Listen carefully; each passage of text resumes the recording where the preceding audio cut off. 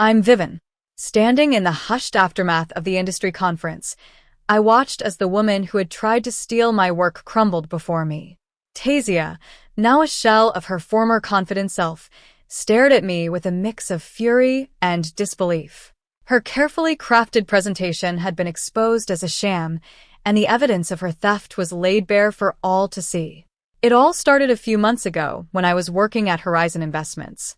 I was a 28-year-old analyst, and I'd spent years building a reputation for my innovative data analysis.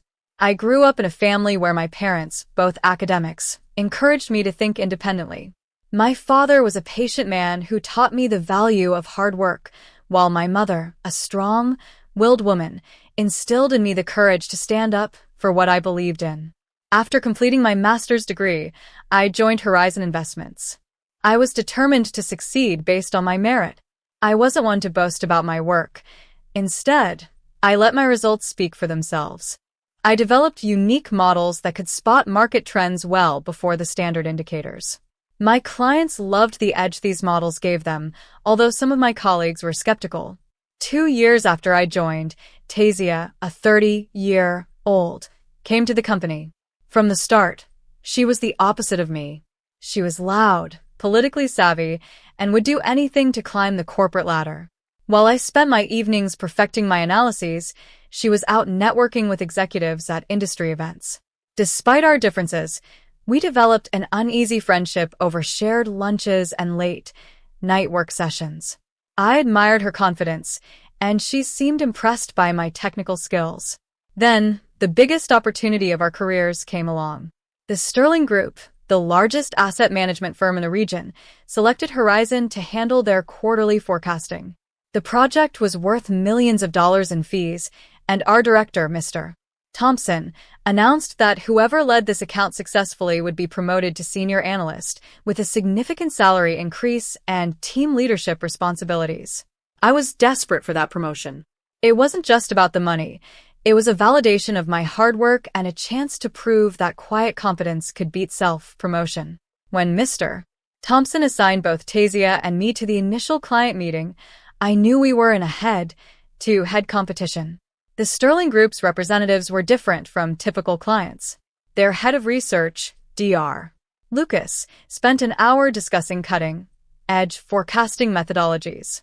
He explained that traditional models had failed to predict several recent market shifts, costing them dearly.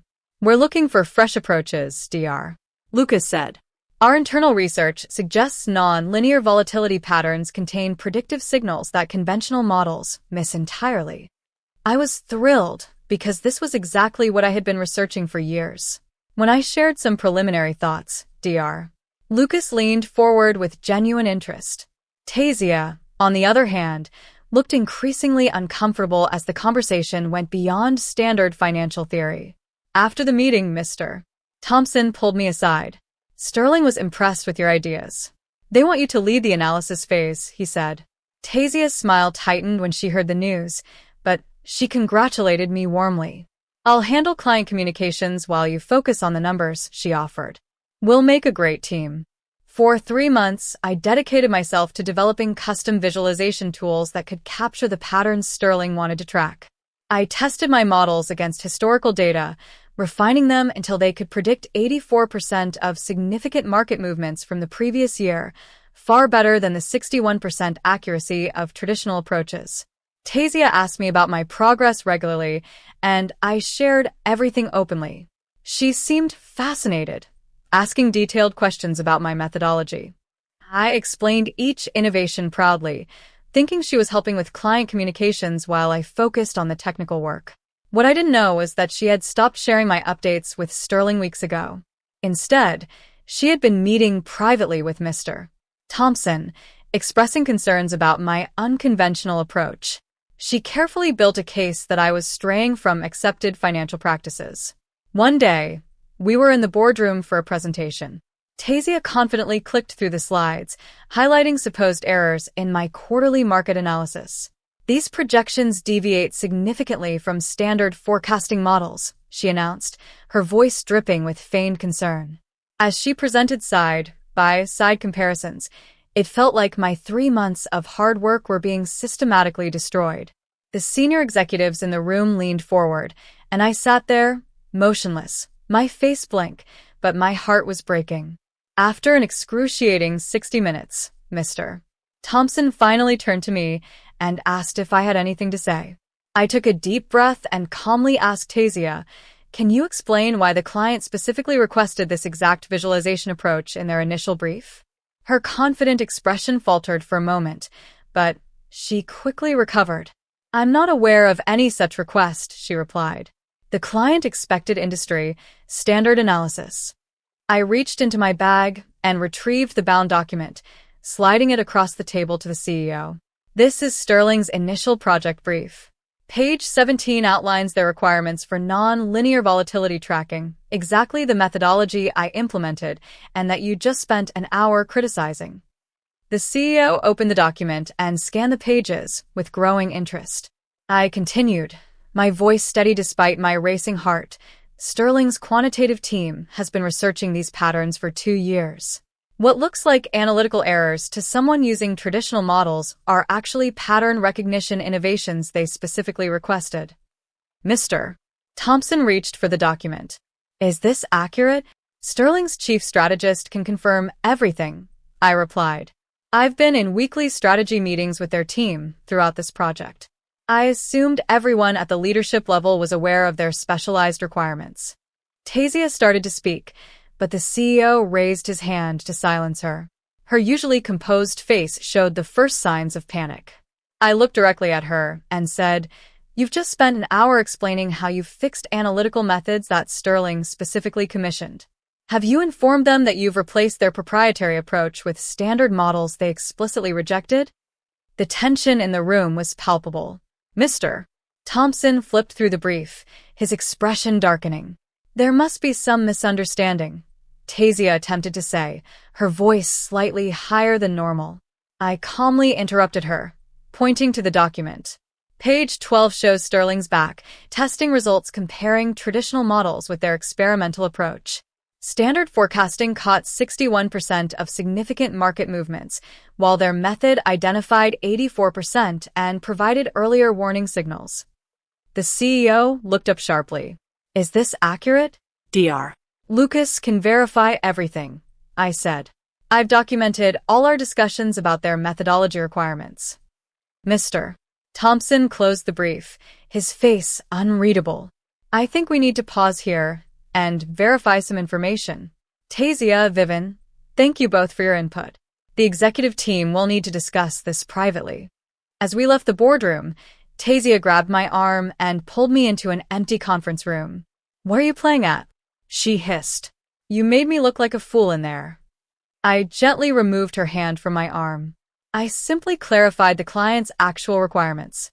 We both know Sterling would never approve those so-called bizarre models. You're just trying to save face." She smoothed her expression back to professional concern. "That's not how I remember it, and it won't be how Mr. Thompson remembers it either. We've discussed your creative interpretations extensively."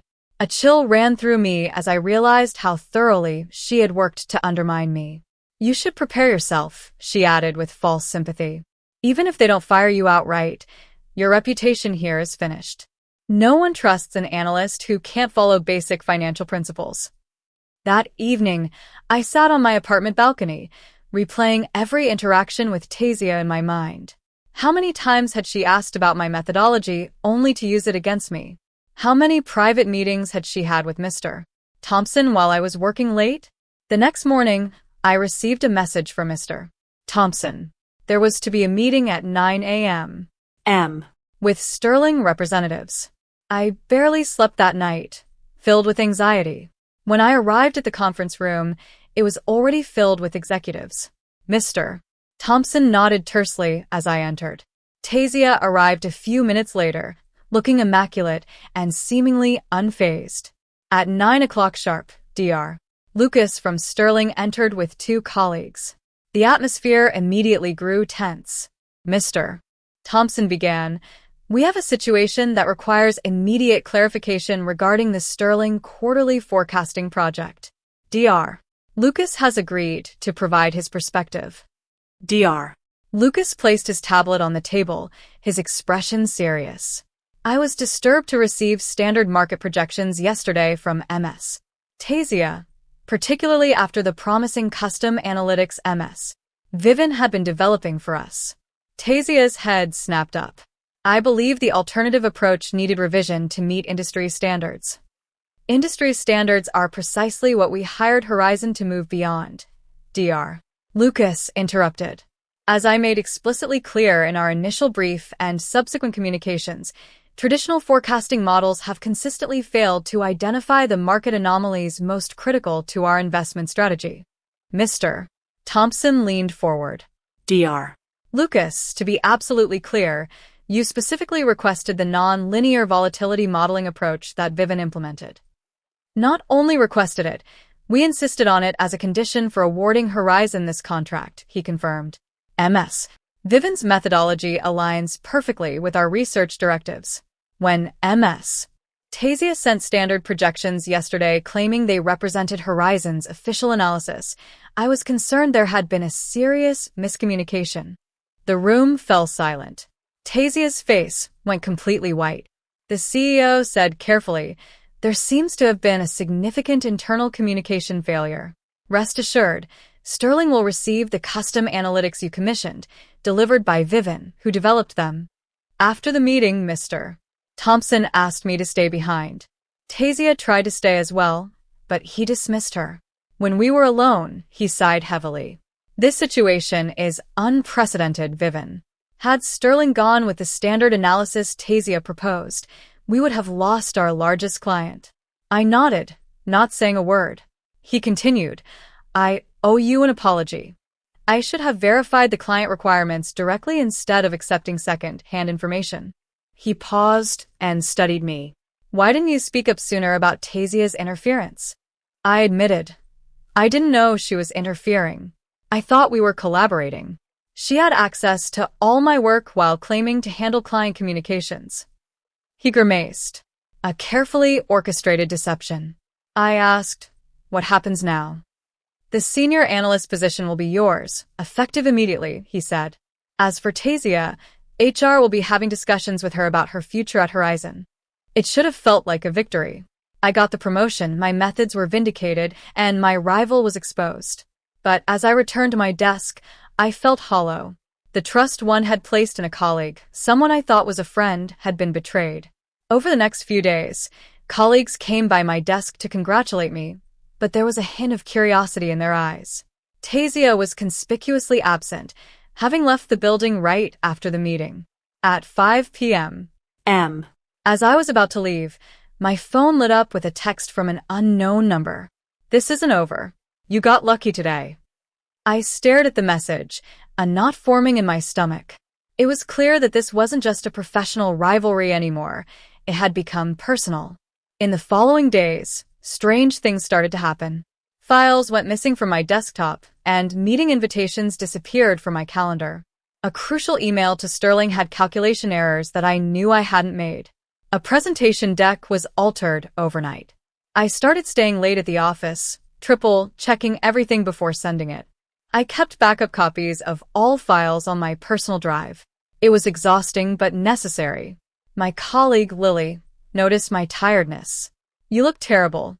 Everything okay with the new position?" she asked. I hesitated, then admitted, "Someone's sabotaging my work. Small things, but enough to undermine me if I don't catch them." Lily raised an eyebrow. "Tasia?" "I can't prove it," I said.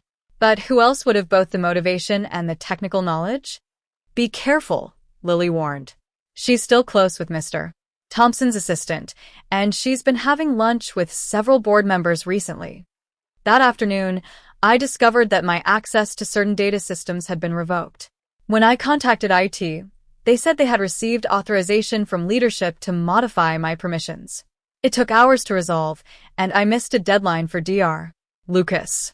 When I finally delivered the analysis late that evening, Dr. Lucas was understanding but concerned. "Is everything all right at Horizon?" "This is the second delay this week." "Just some internal system issues," I assured him, not wanting to air company problems to a client. He replied, "I see, but He wasn't entirely convinced. Just so you're aware, we've received an interesting proposal from another firm claiming they can implement our methodology more efficiently. Normally, I wouldn't mention it, but given these recent hiccups, my blood ran cold. Another firm? May I ask which one? Peak Analytics, he said. Apparently, they've just hired a specialist in non-linear volatility modeling who's familiar with our approach. I maintained my composure, but inside, I was panicking. Peak Analytics was our main competitor, and the specialist could only be Tasia. That night, I searched online and found a press release announcing Tasia's hiring at Peak Analytics as their new director of strategic forecasting. The position was several levels above what she had held at Horizon. I realized that she hadn't just been sabotaging me internally, she had been learning my methods to sell herself as an expert to our competitor and steal Sterling's account. The next morning, I requested an urgent meeting with Mr. Thompson and our legal team. I explained my suspicions and showed them evidence of the interference and the Peak Analytics announcement. The legal director acknowledged, "This is troubling, but it's difficult to prove as deliberate sabotage rather than system glitches." As for her new position, unless we can demonstrate she's sharing proprietary information, she's marketing herself as an expert in the exact methodology you developed for Sterling. I insisted. The methodology she publicly criticized as incorrect just weeks ago. Mr. Thompson looked unconvinced. People change their professional opinions all the time. I knew I was losing this battle. Without irrefutable proof, it would be my word against Tasia's, and she was always better at office politics. That evening, I received an invitation to an industry conference where Tasia would be giving a keynote presentation titled Innovations in Non-Linear Volatility Forecasting. My methodology, presented as her expertise. I sat at my desk, filled with fury and helplessness. Everything I had worked for was being taken away by someone willing to cross lines I wouldn't. But as I stared at the invitation, I decided to change tactics. I opened my laptop and started to plan. The conference was in 3 weeks, and I had limited time to prepare. I called Dr. Lucas at Sterling and casually inquired about the conference.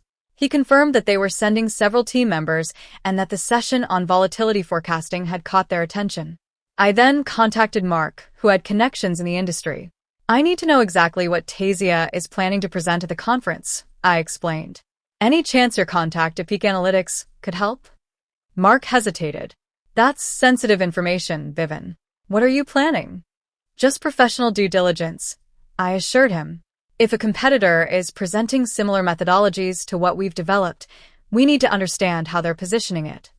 2 days later, Mark forwarded me a draft of Tasia's presentation deck. My hands shook as I scrolled through slides containing my exact visualizations, just with Peak Analytics branding. The mathematical formulas I had developed over years were there with minor cosmetic changes. Even my original testing results were included, with slightly altered numbers. And there were fabricated client testimonials. I immediately backed up the files to multiple secure locations. I needed to use this evidence strategically. Over the next week, I worked on 2 fronts. During the day, I focused on delivering excellent results for Sterling. At night, I developed a counter strategy against Tasia. I contacted the event coordinator, Sarah, at the conference venue, the Grand Hotel. "I'm presenting at a different session, but I'm having technical concerns about the projection system. Would it be possible to test my presentation in the main hall beforehand?" Sarah agreed to give me access the evening before the conference. "Just let security know you're here for setup testing. They'll let you in." I also reached out to several industry colleagues who would be attending Tasia's session. I mentioned that I'd heard the presentation would cover a methodology similar to what I'd developed for Sterling. I arranged to meet with them briefly before the session to give them an overview of my work. 2 days before the conference, I received a message from Dr. Lucas. "Looking forward to seeing comprehensive applications of your volatility methodology at the conference. If successful, this could significantly influence our provider decisions moving forward." The stakes had just gotten higher. The evening before the conference, I arrived at the Grand Hotel with my laptop. Security checked my credentials and directed me to the main presentation hall. Sarah was there. You have about an hour before the technical team needs to run final checks, she said. I set up my equipment and accessed the system settings.